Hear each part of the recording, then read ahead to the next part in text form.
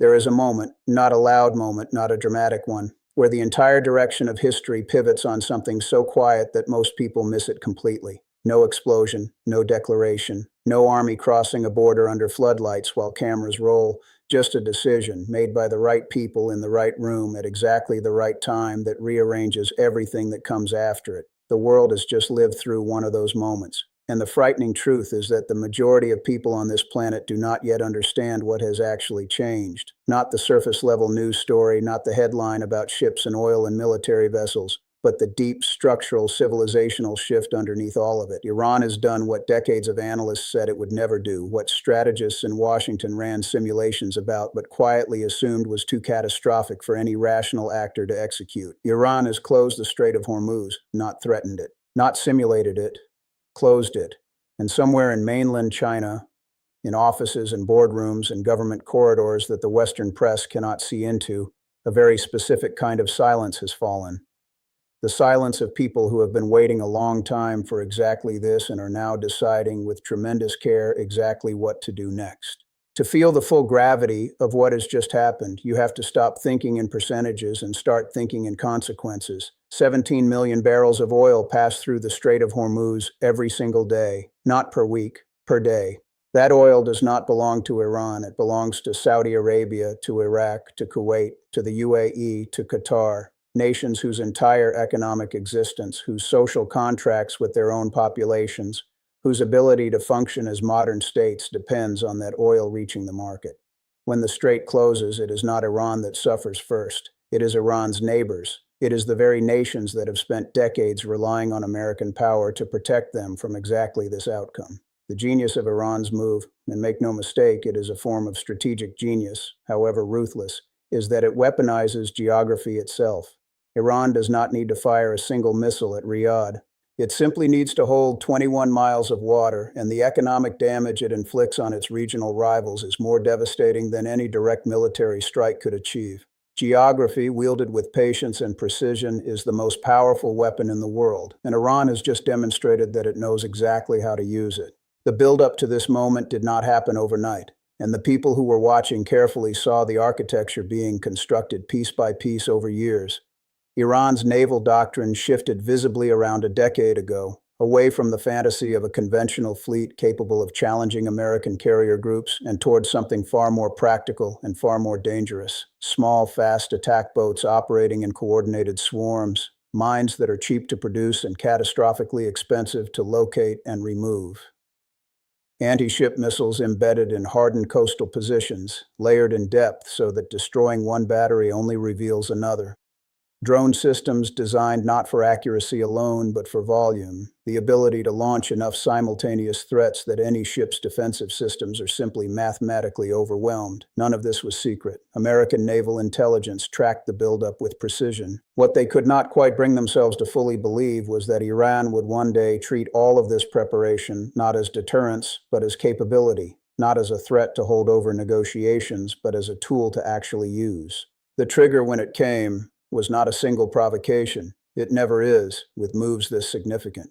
Triggers at this scale are always the last straw in a stack that has been building for years. Sanctions that tightened until the Iranian economy was bleeding from every artery. Diplomatic channels that were opened and closed until the Iranian government concluded that no genuine negotiated relief was coming. Internal political pressure that made the cost of continued passivity higher than the cost of action. The Iranian leadership did not wake up one morning feeling reckless. They woke up one morning having decided that the slow strangulation of their country was no longer preferable to the violent shock of retaliation. When survival calculus changes, everything changes with it. The closure of the strait was not an act of aggression in the way that word is usually used. It was an act of desperation, wearing the armor of strength. And that combination, desperation plus capability plus nothing left to lose, is the most combustible thing in geopolitics. The first hours after the closure were a masterclass in controlled chaos. Iran did not announce a blockade in formal legal terms. It announced a security exercise, a naval training operation in Iranian territorial waters, conducted under the sovereign right of every nation to manage its own coastline. The language was bureaucratic, the effect was absolute. Commercial tankers received advisories. Insurers immediately suspended coverage for the transit route. Ship captains, who are ultimately responsible for the lives of their crews, began making individual decisions to hold position rather than risk a passage through waters that no one could guarantee were safe. No single ship was forcibly stopped. The strait closed itself through the accumulated rational decisions of thousands of individual actors, all doing the sensible thing in the face of genuine uncertainty. Iran didn't need to fire. It only needed to make everyone afraid to move. In naval strategy, this is called sea denial. You do not need to control the water, you only need to make it unusable by everyone else. Iran had achieved sea denial over the most valuable 21 miles of ocean on Earth. Washington's response was fast and loud and beneath the noise, revealing. The aircraft carrier repositioning, the emergency National Security Council sessions, the carefully worded statements about freedom of navigation and international law, all of it was precisely what anyone paying attention would have predicted. What was revealing was not what was said, but what was not done. Because the gap between condemnation and action in the first critical hours after the closure was wider than it had ever been in previous crises. The machinery of American military response, which in earlier decades had moved with the kind of speed and certainty that made the entire deterrence architecture credible, was moving more slowly, more cautiously, more aware of the political and human costs of escalation than at any previous moment in the post-Cold War era. And that hesitation, measured not in minutes but in the quality of intent behind the words being spoken, was being read very carefully by every other government on Earth, especially one. Beijing's public statement came 22 hours after the closure, deliberately timed, its ambiguity precisely engineered. China expressed concern for stability in the region. China called for de-escalation through dialogue. China emphasized the importance of the free flow of global commerce. Every sentence was technically true. None of it meant what it appeared to mean. Because what Beijing was actually communicating, in the language that sophisticated diplomatic readers understand, was this: we are not going to help you solve this. We are going to watch what happens when you try to solve it yourself. And we are going to remember everything we learned from watching. The 22-hour delay before the statement was itself a message, a signal that Beijing felt comfortable enough with the situation to take its time, to consult, to calculate before saying anything at all. That comfort was not the comfort of a nation in crisis. It was the comfort of a nation that had been prepared. The rumors that began circulating in mainland China in the days following the closure were not the idle speculation of a population suddenly gripped by geopolitical anxiety. Chinese citizens, by and large, were not panicking. The rumors were circulating in a specific layer. Among the financially sophisticated, the policy adjacent, the people who understand that the true significance of events like this is never found in the event itself, but in the systemic implications that uncoil from it over the following months and years. What these people were whispering about, what was passing through private messaging groups and encrypted channels, and the kind of dinner table conversations that happen in apartments overlooking Pudong, was a single, electrifying idea that what just happened in the Strait of Hormuz was not a crisis for China. It was an opportunity. Not an opportunity in the cynical, exploitative sense, though cynical exploitation would certainly be part of what followed. An opportunity in the deeper, structural sense, the sense in which a fault line in the old order creates space for a new one to begin, quietly and carefully to take shape. There is a map that Chinese strategic planners have been staring at for 20 years. It shows the routes through which the vast majority of China's imported energy flows, the tanker lanes that connect the Persian Gulf to Chinese ports, the choke points that any adversary with sufficient naval power could, in a conflict scenario, close off and use to bring China's economy to its knees without ever firing a missile at Chinese soil. For 2 decades, this map has represented China's greatest strategic vulnerability, what military theorists in Beijing called the Malacca Dilemma, named for the strait through which most of China's energy imports must pass. The solution to that dilemma has been the obsessive project of Chinese grand strategy ever since. Diversify supply routes, build overland pipelines, develop domestic renewable energy capacity, accumulate strategic reserves deep enough to buy time in any supply disruption, and, perhaps most critically, build the kind of economic and diplomatic relationships with energy-producing nations that make China something other than a passive consumer dependent on routes it cannot control. The closure of the Strait of Hormuz was, in a perverse sense, a test of how well that 20-year project had worked, and the early evidence suggested it had worked better than even the optimists in Beijing had allowed themselves to publicly claim. China's Strategic Petroleum Reserve, the scale of which the Chinese government has never fully disclosed, and which Western analysts have spent years trying to estimate, provided an immediate buffer that no other major import-dependent economy possessed. Japan began emergency rationing conversations within 72 hours. South Korea's industrial lobby was in crisis talks with the government about production cutbacks before the first week was out. India, which had been diversifying away from Gulf dependence but had not completed that transition, faced a particularly acute pressure.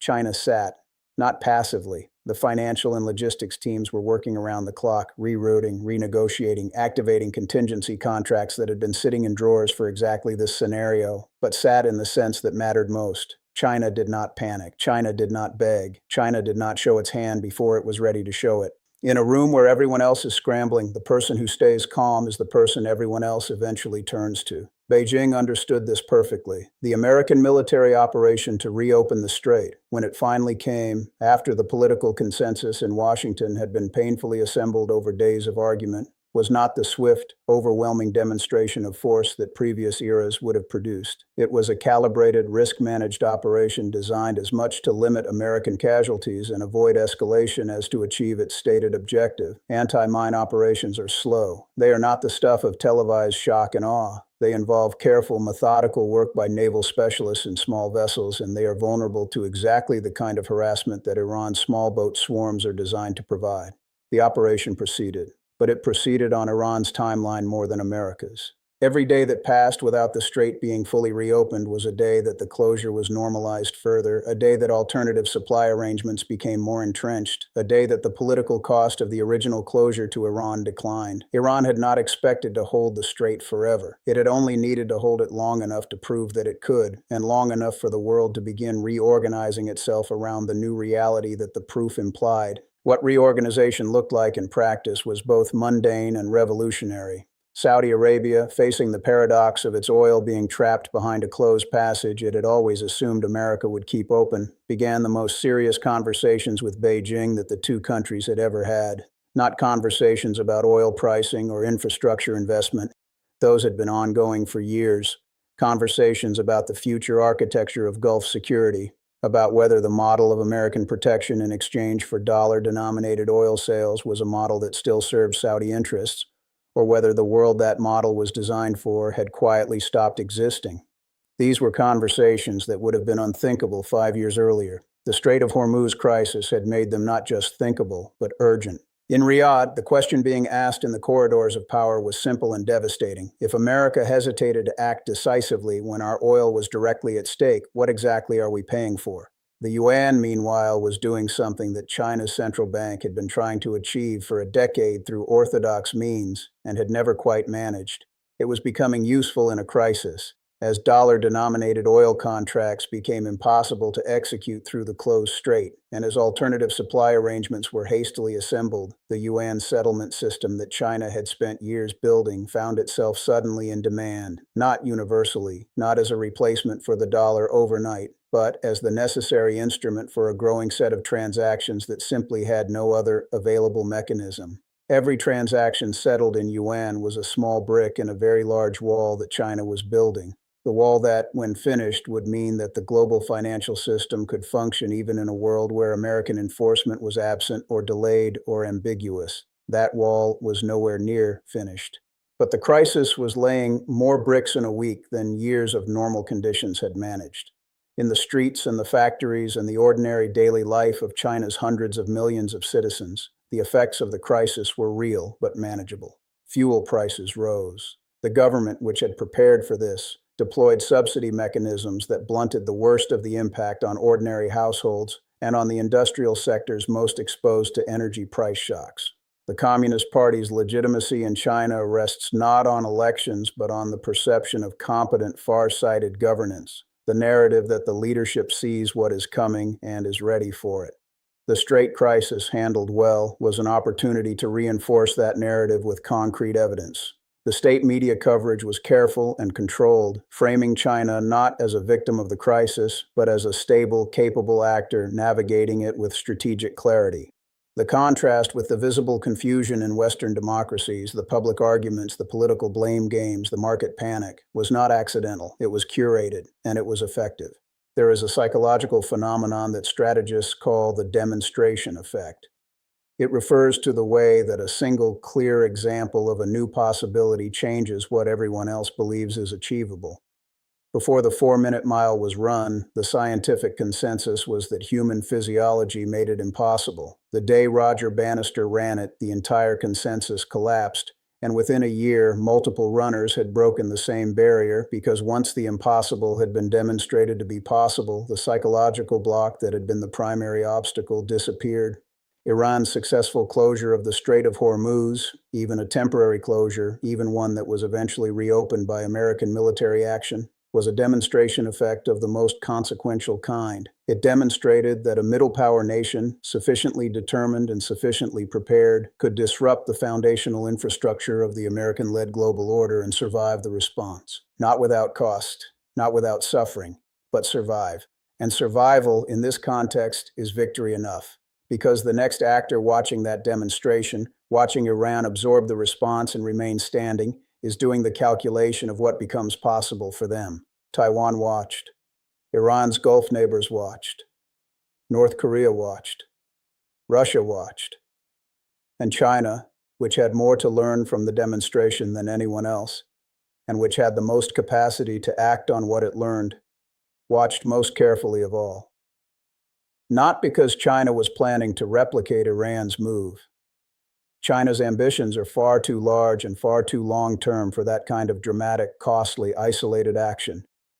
What China was studying was the response, the hesitation, the gap between American rhetoric and American action, the way that domestic political fracture in a democracy becomes a strategic liability in a crisis that demands unified, rapid decision-making. The way that alliances strain under pressure when the cost of supporting them becomes visible to voting populations. Every data point from the Strait crisis was being fed into China's models of what a future confrontation over Taiwan might look like. Not to accelerate that confrontation, but to understand, with greater precision than ever before, what the real constraints on American action were, as opposed to the stated ones. The world that emerges from the Strait of Hormuz crisis will not look like the world that existed before it. Not dramatically different. History rarely moves in straight dramatic lines, but different in the way that matters most, in what is assumed, in what is expected, in what is considered possible. The assumption that the United States will always act and will always act decisively and that the cost of challenging the American-led order is prohibitive, that assumption has taken damage that no amount of eventual military success in reopening the strait can fully repair. Assumptions, once cracked, have a way of continuing to crack. The nations that understood this first, the ones already positioning themselves for a multipolar world rather than a unipolar one, will find that the crisis accelerated the future they were already building toward. The nations that clung longest to the old assumptions will find themselves the most disoriented when the new world becomes undeniable. And the people, the ordinary people in every country will discover, as they always do in these transition moments, that the world their children inherit was shaped not by the events that made the headlines, but by the quiet decisions made in the weeks and months after them, by the people who understood what the headlines actually meant. The Strait of Hormuz is 21 miles wide. History has no width at all. It just keeps moving. And right now, it is moving faster than it has in a very long time.